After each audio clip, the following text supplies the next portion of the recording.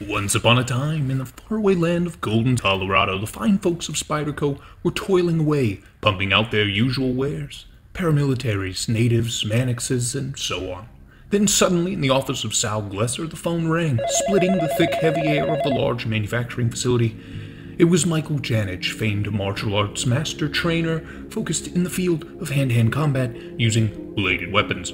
He had an idea for a new knife. A knife that would be purpose-built to excel in Janich's world of ass-kicking and throat-slicing. But what would we call it? Of course, the Yojumbo. No doubt lovingly named after the beloved 1961 Kurosawa film about a nameless rogue samurai with no master to answer to.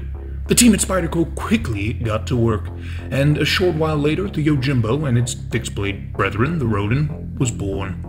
The knife sold, and for a long time were met with extremely divisive opinions throughout the knife world. So they thought, what if we made it bigger? Bigger, you say? Bigger? Yes, of course.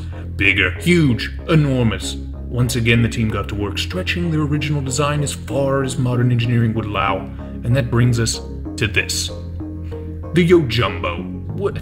Yes, of course, what else could they have possibly named it? The Yojumbo Plus? The Yojumbo Max? No. This isn't an iPhone we're talking about. It's a jumbo-fied Jimbo.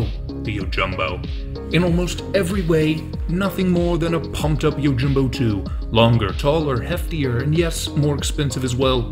The enormous Warncliffe blade in S30V comes in at an exceptional 4 inches in length, and when opened, the knife pushes my little pink ruler to its limits at 9.26 inches overall. Yes, of course, we all knew it was going to be big. The name says it all, right? The Yojumbo, like its semi-reasonably sized older brother, sports the usual fare from Golden City-made Spyderco's, heavily textured G10 scales, and the very shiny and objectively very disappointing Spyderco pocket clip, and of course, the compression lock. When paired with a blade this long and this heavy, it works wonders for the action. The term drop shot doesn't really seem to do it justice. It's a guillotine, a very big and very scary guillotine. And yet, thanks to the compression lock, your frightened little digits are nearly in the path of the monstrous Warncliffe as it quickly and violently returns to the closed position. Though very large and very heavy, the Yojumbo is just as fidget-friendly as its comparatively tiny older brother. And thanks to its roots in the martial arts and/or self-defense world, the ergos are just as excellent as the Yojumbo and the Ronin. On a knife this big, I feared my tiny little nubbins would get lost somewhere along the scales. But no, every chubby little digit has a happy home.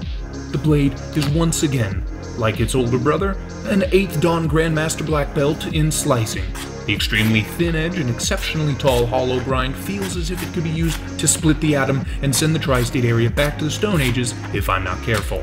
And because of that perfectly done hollow grind, the thickness of the blade stock becomes a non-issue when it comes to cutting performance, and only works to strengthen that what would otherwise be a very frail and fragile tip and edge. Now, the more eagle-eyed viewer might have already noticed that something is missing from my personal Yojumbo, and that brings us to my only, well, almost only complaint. Unlike the Yojumbo 2, for the Yojumbo they've added a little nub to the base of the blade edge. Not that they've added it, but maybe they've forgotten to get rid of it.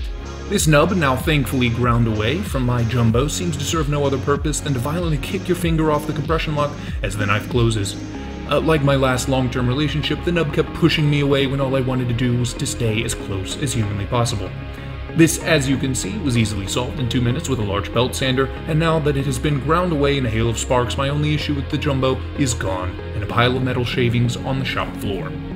There is still one lingering issue, though, and then that's kept me up at nights, and that is the unfortunate lack of aftermarket scales.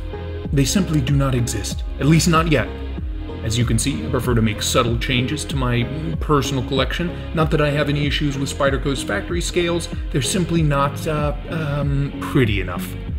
And so I continue my search deep into the cold December nights, hoping that one evening I may stumble across a nice set of micarta scales to make my Yojumbo that much better. In closing, this monstrosity is unnecessary and unneeded, but the action and the cutting performance, and for me at least, the looks, have kept this in my regular rotation ever since it arrived. Will it scare the in-laws? And maybe make your coworkers squeamish when you pull all 9+ inches of it out of your pocket? Probably. But unlike Janich and his students, I'm only here to open the mail and break down cardboard boxes in the most tactical and extreme manner possible. Until next time, goodbye.